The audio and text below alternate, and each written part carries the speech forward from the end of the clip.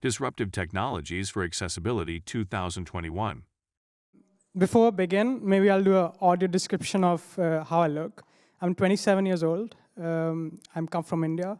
I have a brown skin, and I have a black hair with a little bit whitening in the hair.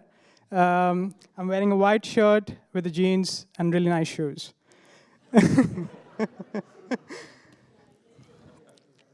Before I begin, also, I want to congratulate the team at Envision, Vanessa, Karthik, the second Karthik, Anisha for having an opportunity for tech startups to bring them together in one place, to give them a platform, and more importantly, show unity in Netherlands in terms of accessibility. I think that's huge. Never been done before, I would say. Done before, but maybe not with tech startups. So it's a new thing, and I hope we continue this next year. So kudos to you. Well, I come from India, and I lived my entire childhood with my granddad, who was visually impaired. So he was not somebody who was born blind, but he slowly, after the age of 50, just had a disability and lost his sight and vision completely. That was a trigger for me at some point as an engineering and a design student, that how do people who are visually impaired actually connect to the society? How do they socialize, and how do they even express themselves or connect with others? And that aspect spoke a lot about being equal to me, that especially in the last 2 years, if you're not able to socialize or express yourself, you're quite behind, and that's a trouble sign. And that's mission for Hable in general, to how do we empower people who are visually impaired to do more in their life. And with that, we began a journey in the Netherlands. And today, I want to speak a little bit about community building and technology, because throughout my journey, I've felt the need to connect the two. One cannot exist without the other in this market. And I hate calling it the market, but it's really the community and the assistive technologies cannot exist without contributing to each other. And that was probably the biggest lesson for us, that we need the community for the assistive technologies to exist, but for the assistive technologies to be made, we also need help from the other side.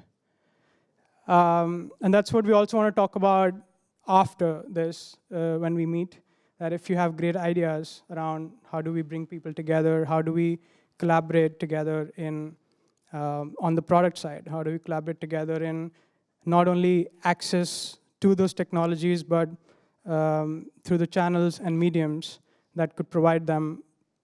Basically, you should be able to buy technology going out as easy as you could buy maybe groceries at Albertine.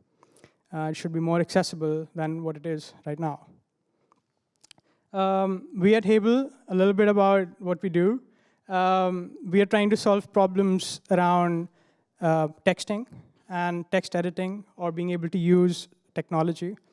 Current challenges include using speech-to-text or using the screen with voiceover or talkback.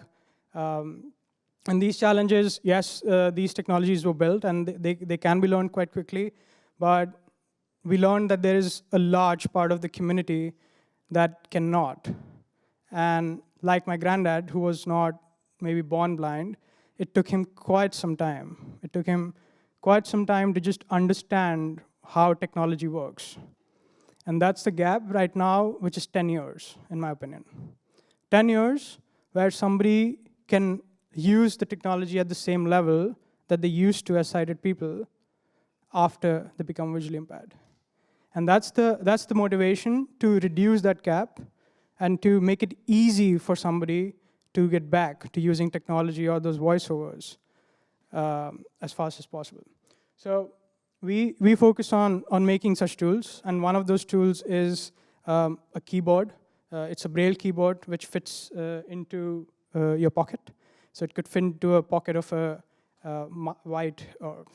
It could fit into a pocket of a jeans or a woman's purse. It's in my hand right now. It has a black body and white buttons. It has 6 buttons, which are the Braille dots, and 2 big buttons, which are the function keys. So it's essentially a Braille keyboard with 8 buttons on one side. It weighs equal to an egg, and it can be used as a Bluetooth keyboard for smartphones, for laptops, to just use the laptop and the phone or type with it. I've been working on the project for 4 years now, but it only became a product recently. And I always call myself a accidental entrepreneur, because I never said I wanted to do entrepreneurship, but it was really about, hey, I need to really solve this challenge. How do I do this? And then, oh, you need to start your own company and bring this product to the market, which is exponentially difficult, especially if you're a hardware company. So all the support that we needed from the community was amazing. 2019 or 2018, we were at the Zizo Burst, and I did not expect the level of enthusiasm that was there from the community to just give feedback, because that's what's going to make our journey even more easier to making products and providing it to the market. The Hable team is here, like Vanessa said, in pink hoodies. They smell like roses. And we would love to talk about building communities. And also, how do we bring those communities close together to technology startups and work together, because it's a joint collaboration. Thanks, and hope to speak to you soon. Disruptive Technologies for Accessibility 2021. Brought to you by Envision.